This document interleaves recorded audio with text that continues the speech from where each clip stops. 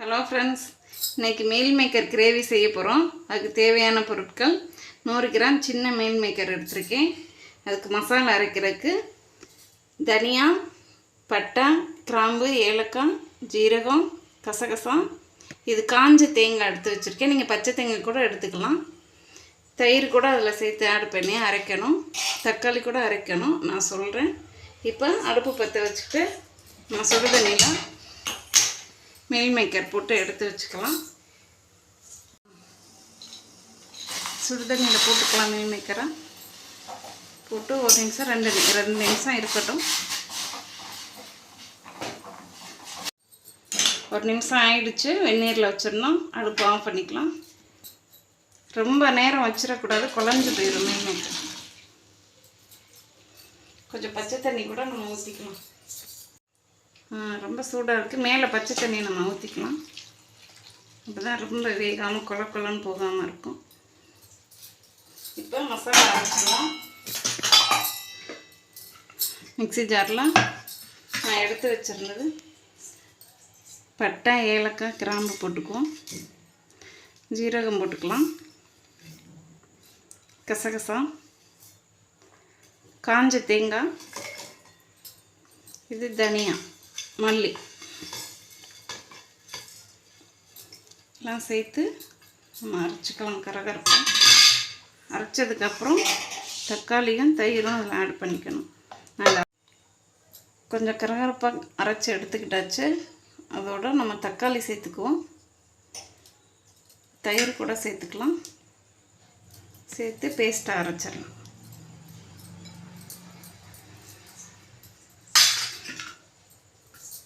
இந்த அளவுக்கு மசாலா நம்ம அரைச்சி வச்சுக்குவோம்.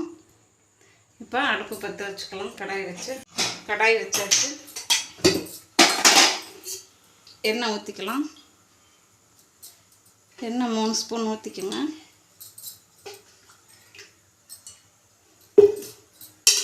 எண்ணெய் காயட்டும். தாளிக்கிறதுக்கு சீரகம், கிராம்பு, ஏலக்காய் 2 இலை, பூவு, மராட்டி முக்கு வச்சுருக்கோம். இது நம்ம போட்டுக்கலாம். போட்டுட்டு பச்சை மிளகாய் 2 எடுத்து கட் பண்ணி வச்சுருக்கேன். கருவேப்பிலை, இஞ்சி பூண்டு பேஸ்ட்டு தட்டி வச்சுருக்கேன். வெங்காயம் இதை போட்டு நம்ம தாளிக்கணும். பொரியட்டும்.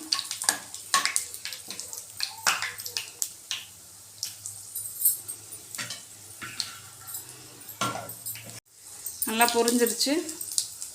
நம்ம பச்சை மிளகா, கருவேப்பிலை,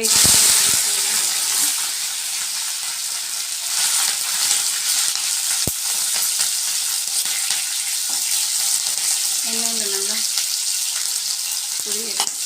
வெங்காயம் கூட சேர்த்துக்குவோம்.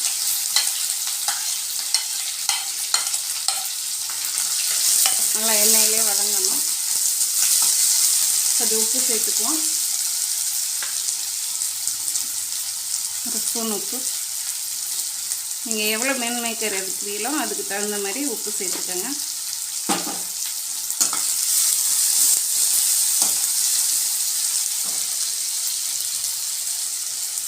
மஞ்சத்தூள் கூட சேர்த்துக்குவோம்.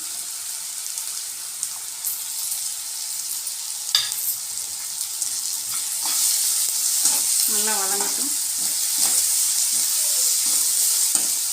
இங்கே மீல் மேக்கர் வடித்தட்டில் வடித்து வச்சுருக்கோம்.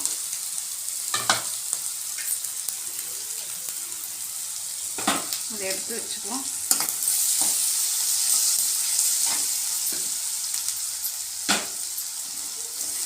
வெங்காயம் நல்லா வதங்கிடுச்சு.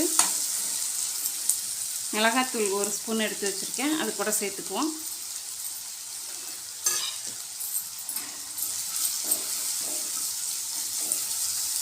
மசாலா அரைச்சி வச்சது அதையும் சேர்த்துக்கலாம்.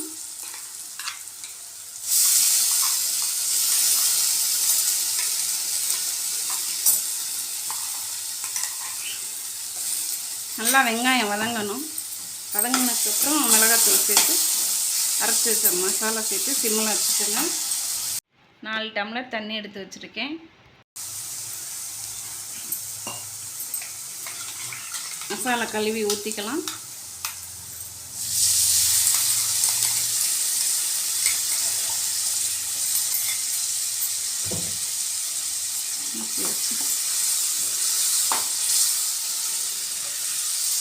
ரெண்டு டம்ளர் தண்ணி உங்களுக்கு எப்படி வேணுமோ அந்த மாதிரி கொஞ்சம் கூட வேணும்னா கூட ஊற்றிக்கோங்க. கொஞ்சம் கிரேவி மாதிரி வரணும். மூடி போட்டு மூடிக்குவோம். நல்லா வத்தட்டும். அது கொஞ்சம் மசாலா நல்லா எண்ணெய் பிரிஞ்சு வந்துட்டுருக்கு. அதாவது வற்றி வரணும். மசாலா வற்றி வந்ததுக்கப்புறம் நம்ம மசாலாலேயே இதை சேர்த்துக்குவோம். மீல் மேக்கர் நல்லா சேர்த்து கிண்டிக்குவோம். நல்லா எண்ணெய் பிரிஞ்சு 15 நிமிஷம் வேகட்டும். சிம்மில் வச்சுக்குவோம். மூடி திறந்து பார்ப்போம். 15 நிமிஷம் ஆயிடுச்சு. நல்லா வெந்திருக்கு. நான் சின்ன மீன் மேக்கர் எடுத்திருக்கேன். நீங்கள் பெருசு கூட எடுத்துக்கலாம், இல்லை சின்னது கூட எடுத்துக்கலாம். எப்படின்னு பாருங்கள். இப்போ ரெடி ஆயிடுச்சு. மேலே கருவேப்பிலை போட்டுக்கலாம். கொத்தமல்லி இருந்தாலும் போட்டுக்கலாம். என்கிட்ட கொத்தமல்லி இப்போ இல்லை, அதனால் கருவேப்பிலை போட்டேன். ஓகே ஃப்ரெண்ட்ஸ், இது தோசை, சப்பாத்தி, இட்லி எல்லாத்துக்கும் நல்லாயிருக்கும். ரைஸுக்கும் நல்லாயிருக்கும். ரைஸுக்கு போட்டு சாப்பிடுங்க, இன்னும் டேஸ்ட்டாக இருக்கும். பாருங்கள், ரைஸுக்கு கூட போட்டு சாப்பிட்லாம். ரொம்ப டேஸ்ட்டாக இருக்கும். ஒரு தடவை ட்ரை பண்ணி பாருங்கள் ஃப்ரெண்ட்ஸ். Okay, thank you friends.